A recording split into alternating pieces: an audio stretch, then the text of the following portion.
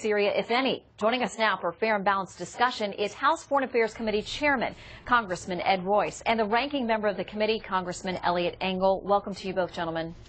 Thank you. Thank you. And Mr. Chairman, I want to start with you. Your reaction to news this morning that the opposition leader backed by the West there in Syria this morning says he's resigning because he simply hasn't gotten enough support. And this is a big problem. We've finally made a decision, and it's been too late in the game, to use actionable intelligence and to assist the Free Syrian Forces on the ground. But here's why we needed to do more to assist this faction.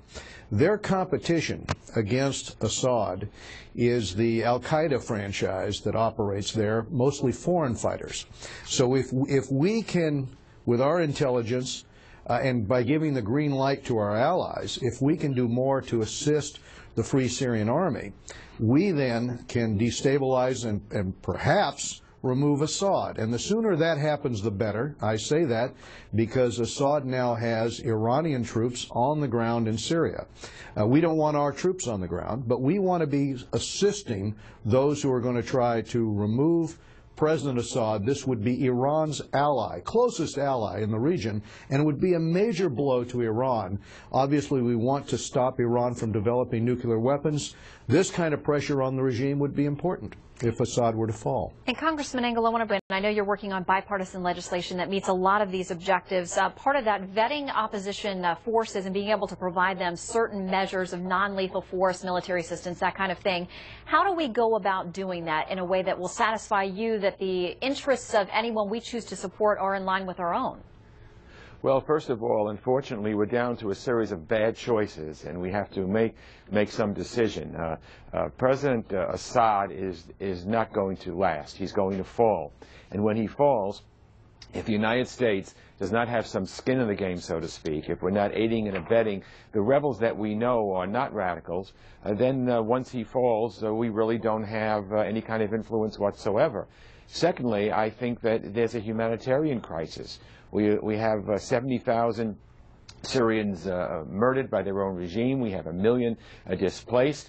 And I think since Assad's going to fall, any assistance that the United States can give will help speed up that fall. So I introduced a bill this week with Congressman Rogers, who's the chairman of the Intelligence Committee. It's a bipartisan bill to try as best we can to aid the rebels. Now, obviously, there are different rebels, and we have to be careful that we're not giving weapons to jihadists, and that's not an easy thing to do, admittedly. But I think that we can vet. We know which, the Free Syrian Army and others, we know who they are, and we should try to get them the weapons that they need. Also, this week, as you know, in the Senate, also bipartisan, Senate 11 and Senator McCain introduced weapons to have, introduced a legislation to have a no-fly zone and perhaps have airstrikes. So there's lots of things that we can do. Nobody wants to see U.S. troops on the ground. We're not talking about that at all. But I think that we just cannot sit idly by and allow the jihadists to get the upper hand. Again, Assad is not going to win when this is over, so we need to do something to hasten his demise. And finally, let me say this. I think there's an outrage that Iraq is letting Iran use its airspace to give all kinds of supplies, lethal supplies, to Assad. I would remind the Iraqis that lots of American blood was spilled in trying to free them of the yoke of Saddam Hussein, and they really ought to be a little more grateful and do the right thing. And Mr. Chairman, on that note, Secretary of State Kerry, his surprise visit to Baghdad apparently addressed that with Nouri al-Maliki there, saying, really, this is problematic, was the word that he used. These flights over your area, your territory, providing help in Syria and providing weapons. What do you make of that? Do you think that Secretary Kerry's discussions there will have weight? Well, I think we need to put a little bit of pressure behind those discussions. There are a lot of pressure points that we have on Iraq.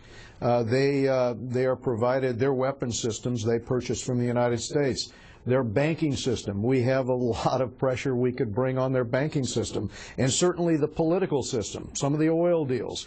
There are many ways in which our engagement with Iraq could bring them to the table in very short order, and it's past time for us to start leaning in and doing exactly that, because what's happening right now is that Iranian fighters are flying in to Syria in a last desperate attempt to hold up, to keep Assad in power.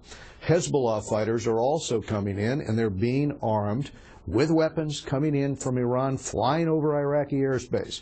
So, starting immediately, Iraq should heed the warning from the United States and disallow these military flights over its airspace. Congressman Engel, very quickly, we're almost out of time, but I want to give you the final word here. Thought on this issue? Well, I agree with what the chairman just said. I think in a bipartisan manner, Congress needs to obviously try to take control of this. Assad is a brutal dictator, and from a humanitarian point of view, he needs to go. But there's another thing here that's very important. Assad is Iran's guy. Assad, if he goes, it's a blow to Iran.